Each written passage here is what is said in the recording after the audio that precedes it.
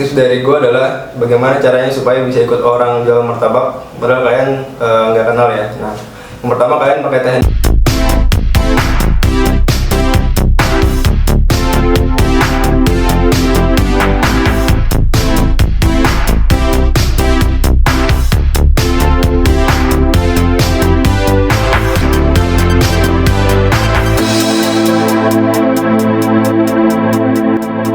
Assalamualaikum warahmatullahi wabarakatuh. Halo semuanya, salam satu loyang. Kembali lagi di channel YouTube Tips and Trick Martabak, channel yang akan bahas seputar informasi martabak. Oke, pada video kemasan kali ini gue bakal ngasih tips dan juga triknya bagaimana caranya supaya bisa ikut orang berjualan martabak ya.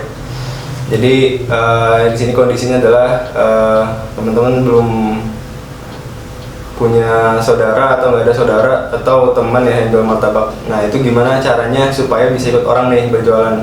Karena kan itu sangat penting ya. Ilmu di lapangan itu pasti berbeda dengan kalian hanya buat martabak dari channel YouTube.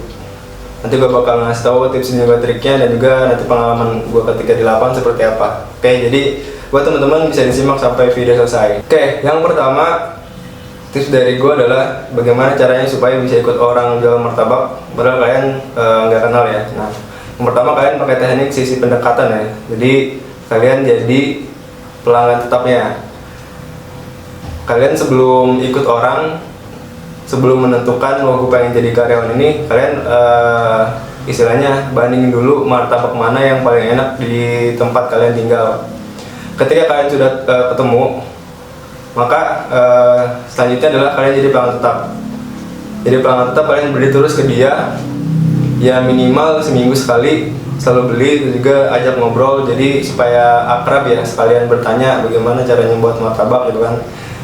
Terus ketika kalian udah lama jadi pelanggannya, bisa jadi 6 bulan atau kalau udah sering lah, sehingga yang jual martabak juga kenal. Nah, disitulah kalian baru buka obrolan maksudnya kalian tawaran,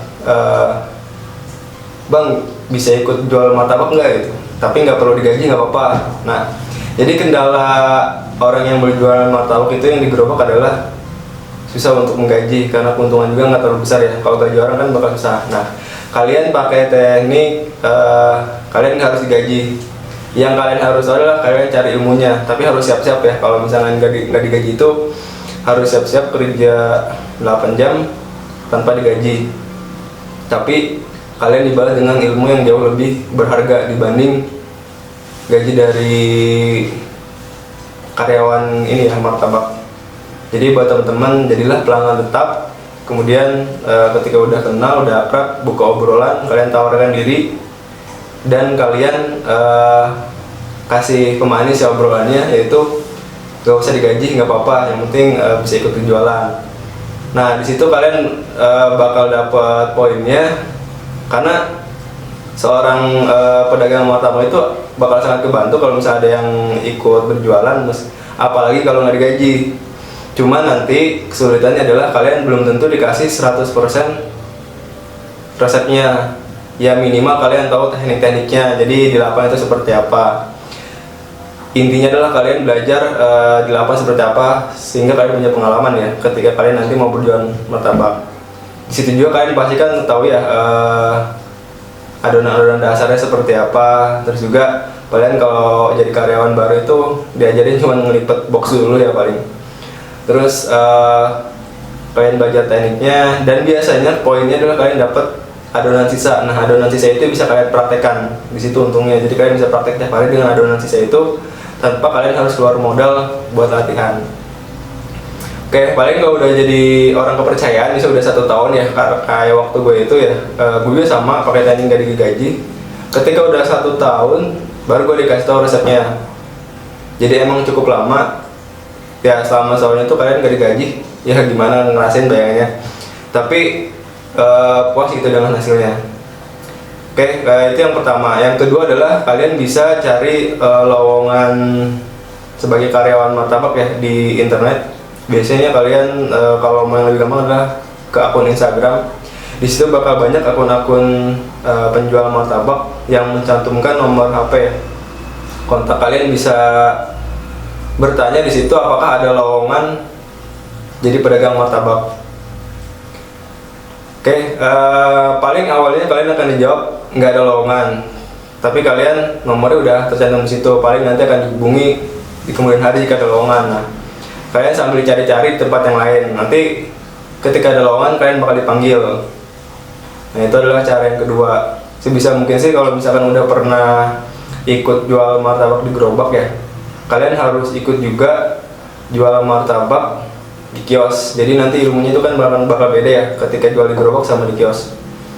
Karena kan di gerobak harganya juga harga martabak biasa, di kios harga martabak premium. Teknik pembuatan juga pasti ada yang berbeda. Sebisa mungkin minimal sih punya 3 guru ya. Jadi pengalaman mereka kan berharga ya, yang harus diambil. Nah, kalian bisa ambil ilmu-ilmunya. Jadi ketika udah dapat ilmunya, kalian dirasa udah cukup bisa, baru kalian buka usaha martabak, beranikan diri. Oke, nanti paling pengalaman pahitnya adalah ketika kalian udah buka usaha, terus kalian punya karyawan, ngerekrut karyawan juga. Nah, di situ pahitnya adalah karyawan akan seperti kalian ketika ikut orang dulu, udah bisa, udah dapat ilmunya, keluar. Ketika punya karyawan juga sama seperti itu, udah kalian ajarkan, udah bisa, mereka keluar. Jadi kayak semacam ada apa ya, kayak balasan gitu kan.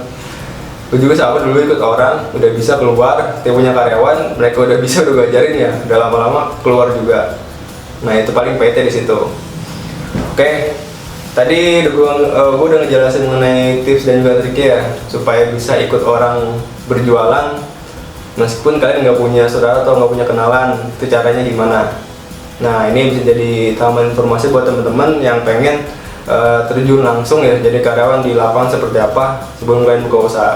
Oke, sampai bertemu lagi di video selanjutnya. Dari gue kurang lebihnya mohon maaf. Assalamualaikum warahmatullahi wabarakatuh.